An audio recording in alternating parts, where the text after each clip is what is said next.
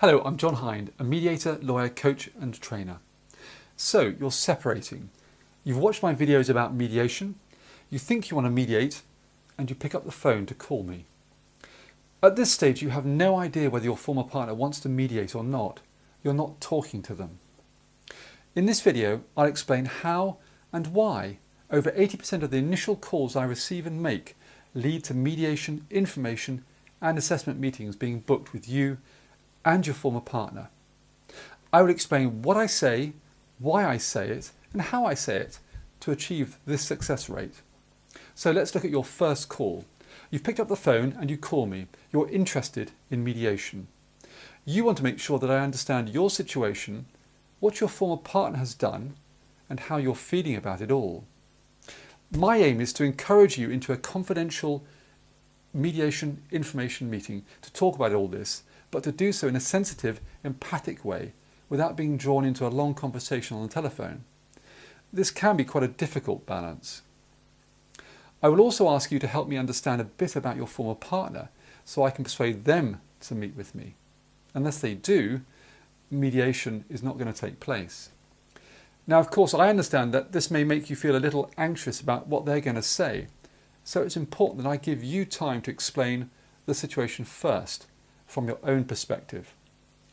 If I do my job well, the first call will leave you feeling heard, supported and confident that I know what I'm doing, and with a date in the diary to meet and explain your situation in much more detail to me. So let's now look at my call to your former partner. This can be the tricky one. They may have no idea that I'm going to call. It could be out of the blue. Now, I understand the challenges with this call. I'm going to run through a typical conversation and pause in places to explain the reasons for what I say. For the purposes of this script, let's call your former partner Elaine and your Bill. I apologise in advance for any offence caused. The names are, of course, purely fictitious. So here goes.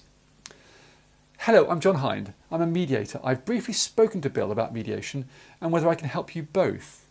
He's asked me to call you. Do you have a moment to talk?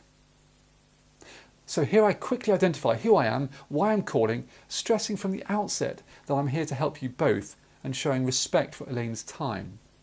I might go on to say, I explained to Bill that before going any further with him, I needed to speak to you first because unless you want to find out about mediation, it's not going to happen.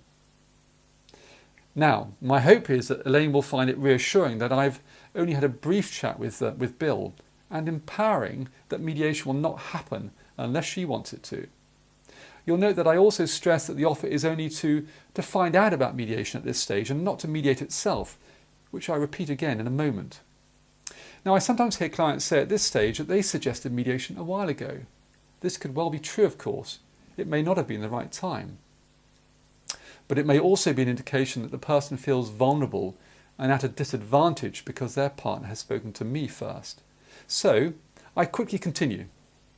Elaine, as I say, I've only had a brief chat with Bill, so it would help me if you could explain a bit more about your situation, if you have a moment. Now again, as with Bill, my main aim is to encourage Elaine into a confidential meeting with me to talk about all this in much more detail, but again to do this in a sensitive and empathic way without being drawn into a long conversation on the telephone. It's very important that Elaine feels supported, heard and understood, but equally important that I avoid forming any kind of alliance with her that threatens my neutrality and effectiveness as a mediator.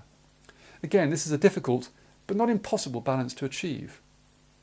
This is the time for some solid, genuine acknowledgement to win Elaine's confidence, trust and to build rapport. It's time for me to listen very carefully for emotions being expressed, such as anger or worry. Now, I'll be making kind of brief notes on my referral form to come back to at a later stage if needed. I go on to say to Elaine, look, thanks for explaining that to me, Elaine. It sounds like a very difficult situation. But just so I understand, you need to sort out some arrangements for George and where you're going to live. Now, I briefly summarise the practical issues to show that I've heard and understood the problem, and at the same time acknowledge some of the emotions I've heard whilst trying to encourage Elaine to arrange a meeting with me. I might say, now would it be helpful if I explained how I work and how much I charge? Now, I rarely get a no to this question because Elaine will want to know how much I charge and what's going to happen next. although I will stress the benefits of a meeting and provide reassurances before talking to Elaine about costs. I'll go on and say, well, the next stage is to have separate, confidential meetings with each of you to explore your concerns in more detail, what you each want and where the differences might lie, so we can all decide whether mediation is right for you both. And at the end of that meeting, you'll both know whether mediation feels right, how it works, and whether you can both use it to avoid things worsening or even ending up in court. Now, here my aim is to focus Elaine on the benefits and outcomes before I try to close down the call and secure a meeting, because I know that so much more can be achieved with a face-to-face meeting.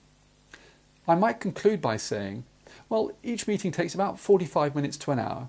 If you qualify for legal aid, it will be free, but if not, I charge X pounds plus VAT for the hour. I really encourage you at this stage to take just one step at a time. I'm in your area on this Tuesday, next Monday and Friday. Which is the best day for you and what times would suit you? Now, having agreed a date and a time, if I can, I finish off by saying, look, I'll send you a confirmation email with the dates and times we've agreed with some guidance notes about the meeting. If you have any questions whatsoever about the process before we meet, please call me. Look, I hope this video has given you a taste of what you can expect when you call us, whether you're Bill or whether you're Elaine. Thank you very much for watching.